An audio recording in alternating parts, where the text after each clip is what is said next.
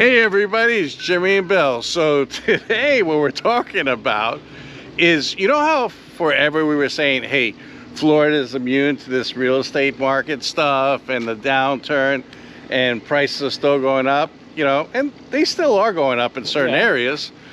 But we kept saying how Florida's not being affected, you know, by what's happening in a lot of states. You know, we're saying, hey, we're having a big problem with real estate, prices are dropping, but we were like, hey, we're immune from it, we don't see it here. But it seems like Florida, it's finally catching up to Florida, and we are noticing a few things happening in Florida. We're going to talk about it, and this article came out from Newsweek called Florida Housing Market is in Trouble. So we're going to talk about that today.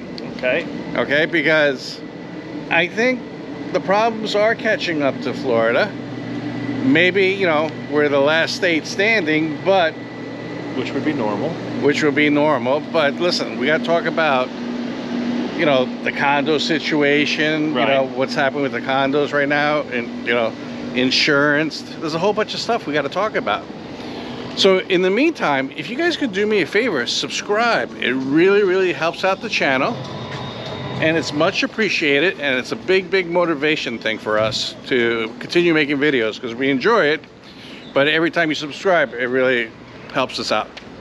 All right, Bill, let's go over this article. All right, Bill, why don't you read a little bit of the article and let's talk about it and go from there. This, again, is from Newsweek. Right, so it starts off with sales of condos in Florida have dramatically fallen in recent weeks, even as prices dropped in some of its major metros, and the number of motivated sellers in the state, those willing to accept lower offer in order to sell quickly, is currently the highest in the country. House prices at the state level have been steadily growing in the past months, with the median sale price for all homes in Florida being $404,000 in January, up 4.5% year on year, according to Redfin data. All right, so let's talk about that. So basically, what it sounds like is they're saying that, hey, house prices are still doing good. Condo prices are kind of crashing a little bit. People are dumping them, especially, what do most out-of-staters buy, snowbirds buy? They buy, a lot of them buy condos. Right, like we've talked about, condos just in general, especially if you're going to use it as a seasonal to live down here, it's just easy. Think about it, you just leave. You don't have to worry about your lawn, you don't have to worry about much of anything. You just close the door, there's people around you that you get to know, you know, you put your shutters down and off you go. And generally some of the places have maintenance men who have access and can go in and check on your unit for you, and there's home watch services and all that stuff. But again, you know, it's probably going to be in this article too, you know, now with the insurance problems that we're having, you know, and the condos, you know, have to have the reserves, right? You know, especially if the building's old and everything, right? And so now they're doing a lot of special assessments. What's happening? It's scaring, you know, people that have condos for a second home are saying, you know what, it's not worth it anymore. So we're going to sell it, and that's what, and that's why some condos, you know, it feels like some buildings, especially when I go look them up, we can walk down there. Okay, cool, let's do it. Look like a Christmas tree. Like there's so many freaking listings for sale, you know? Yeah, because they might be getting, like you said, a special assessment. They may even talk about it in this article as we go on, but you know, they're getting priced out just because of the insurance raises for not only their own unit, but for the association as a whole. You know, they could be, you know, getting priced out, so they have to list it as well. All right, let's continue. Well, these numbers suggest that the price corrections undergone by the U.S. between late summer of 2022 and spring of 2023 is definitely over in the Sunshine State. They don't explain why Florida is underperforming compared to the national market, with some of its major metros seeing a plunge in home sale prices. That's an interesting one. I can tell you right now what it is. Okay. In my opinion, and we'll continue reading. All right. It's insurance. Insurance. I don't know. I guess it just depends. It's kind of hard to lump Florida as a whole, you know, into one, like everything's underperforming in Florida. It's just, I don't know, because in certain areas you see we're still doing quite well. All right, so they're talking about certain areas, okay? So go ahead, read that. According to Redfin data. So according to Redfin data, the number of sales in Jacksonville plunged by more than 27% in January compared to a year ago, while in Miami it dropped by nearly 9%. In Jacksonville, home prices have fallen 6.5% compared to a year ago, while in Miami they slid by 2.5%. Yeah, so I'm telling you, it's because a lot of these homes and these condos and everything, we have like the most empty houses around in the country because they're second homes. And we have a lot of second home people here in Florida because it's Florida, you know. And you know, and some of it too is interest rates have changed. Now, obviously these are owners and we're talking about sales, but interest rates have changed. So some people just are going to hold on to it if they can, right? You know what I mean? Instead of, it's just the whole thing. That's what I'm trying, is the whole thing as a whole kind of sliding. Yeah, you know, because we're talking prices. So obviously if the interest rates go up, the prices are going to come down. And let's be real. all right. Sometimes people who are selling are just, it's a little too high. You know what I mean? It's, and I get it from a sales standpoint, you know, it's your house. You're proud of your house, you know, and you may think it's worth more than what the numbers support, you know, in recent sales. And then you have to take into consideration what the market is doing for you, right? Meaning, what's the tolerance? The market will set your price. If you're not getting any showings, you're not getting any offers, and it's sitting on the market for 60, 90 days, there's something wrong, and you have to figure out what that problem is. All right, let's talk about this. Let's talk about, go where it says Lawrence Young, chief economist. Yeah, Lawrence Young, chief economist. I need a little room over here, running me off the road. I'm trying to go for it. Lawrence Young, chief economist and senior vice president of research at the National Association of Realtors, explained the drop in condo sales is due in part to the ongoing insurance crisis in the state and in part due to higher fees for condos, which kind of go hand in hand. And what did I say before? Okay, I didn't even read the whole article Right. yet. I said insurance and special assessments. Right, and they do go hand in hand because you do have to have your, you know, so you're going to have your engineer's report now, which is a newer thing. So all that stuff's starting to catch up, and you know, condos weren't necessarily ready for it. You know, they had a warning, but you still can only charge so much. Right. And I think what also happened, you know, we have to take this into consideration. During COVID, there was such an influx of buyers to the market. We didn't have any homes left, right? We had no more, you know, standard residential homes left. So people started to settle for condos. Yeah, and you know, townhouses, yeah. Right. So everybody kind of moved and migrated. So your absorption rates went through the roof on condos, which caused a lot of these condos to skyrocket in price because of supply and demand. And then now we've had some other issues that popped up. And yeah, and don't forget the condo associations, because, you know, insurance rates pretty much went up 100%, you know, and, you know, the insurance for the condo complex went crazy. Right. So they're like, you know, you have to insure the interior of your condo, you know, like sheetrock in, but then the building has to have a master insurance, which is becoming unbelievable expensive, especially for older condos. Right, they have to be funded, they've got to have insurance, maintenance has got to be done, certain maintenance things have to be done on condos. And remember, the new rule is for 3 stories and up, and it's not just things on the coast. So if you have a 3-story condo, that condo falls into that new rule. Right. So Bill, from what I said before, the biggest factor is what's happening with the insurance, okay? And people are losing their home. They're selling it just because they can't get insurance. Don't forget, if you have a mortgage, you have to have insurance.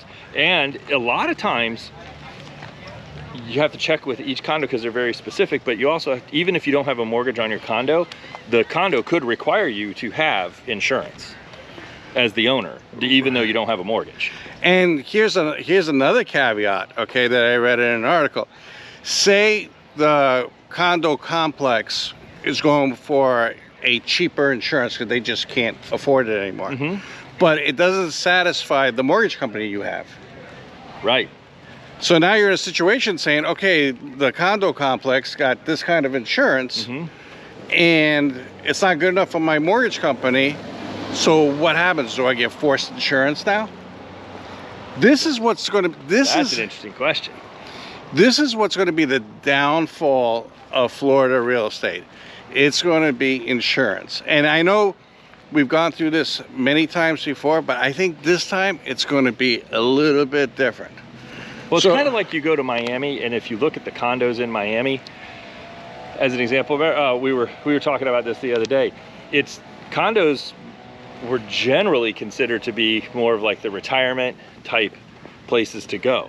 You're not necessarily on the beach, just in general. But like if you go down to Miami, the condos now, even the ones that were more affordable, have now been bought up, a lot of them, and they're getting turned into these super luxury condos. So now only the rich can afford those condos on the water.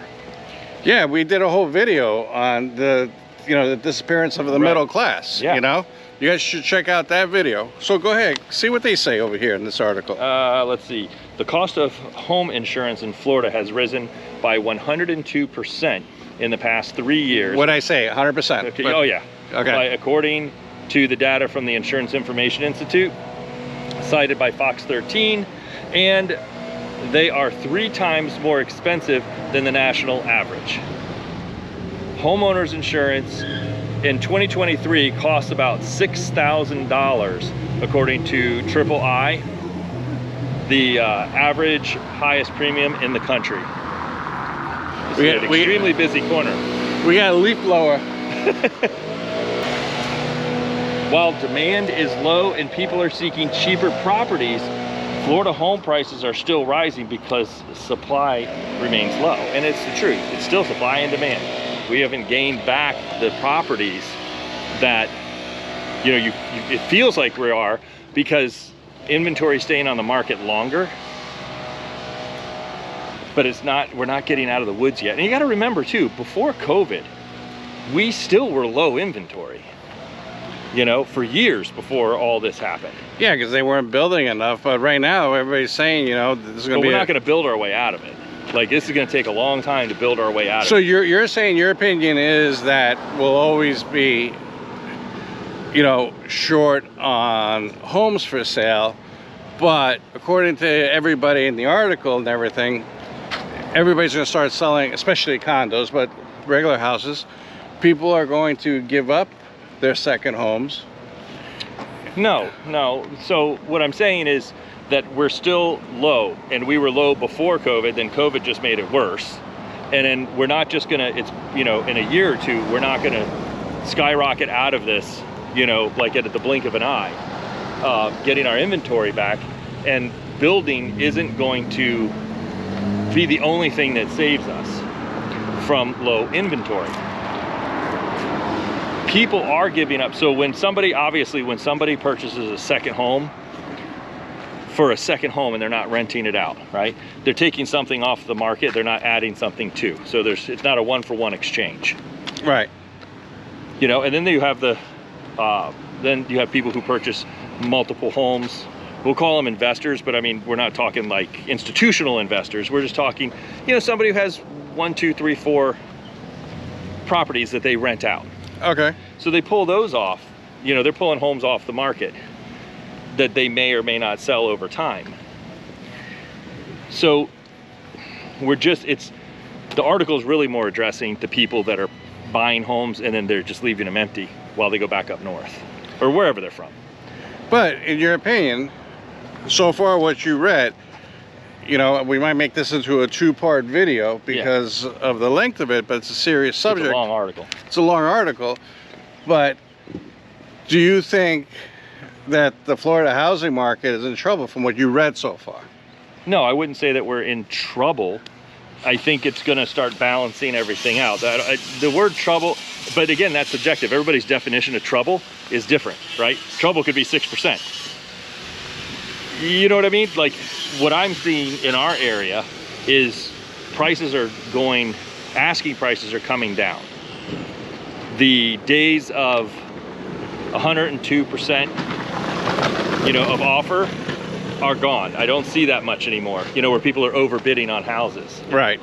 I'm seeing a lot of price reductions, but when you really crunch the numbers and you dig into it, yes, some of them are just coming down, but they were probably, a majority of the ones that I've seen, they're just overpriced to begin with.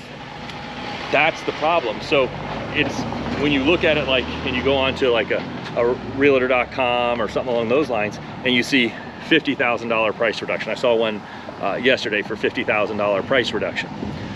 But the house was probably $60,000 or $70,000 overpriced to begin with for the neighborhood. So that's why the whole annual data is more important, and you're starting to see all these articles come out. So that's why, but because we're still gaining equity. Yeah. So that's where it kind of starts to get confusing. Yeah, I just still, we'll continue this in the next video, but I think the downfall is still going to be insurance. I'm really stuck on this insurance thing in Florida because I've met so many people that are selling their homes and are moving out of state. And I asked them why, and they said it's basically insurance. Well, I don't disagree with that. Insurance is getting ridiculous to everybody. The housing prices are still up. So you can only, let's look at the trends. What home inspections did you just do? We were talking about this. You're going to do home inspections, and they're lower price point homes. So people are going a little bit further north, they're going out a little bit further west, getting outside that main city metro area because the prices are more affordable to the median in those areas. So, and then because you're further away from the coast, you're getting lower insurance as well, potentially, unless you're on a lake or a river or something along those lines. But yeah, this is definitely one of those big topics that. All right, so let's do this. This is part 1. Stay tuned for part 2. Do me a favor, subscribe. It really helps out the channel, and make sure you watch part 2 when it comes out in the next couple of days, and we'll speak to you soon. Sounds good. See you soon. Thanks for watching. Bye.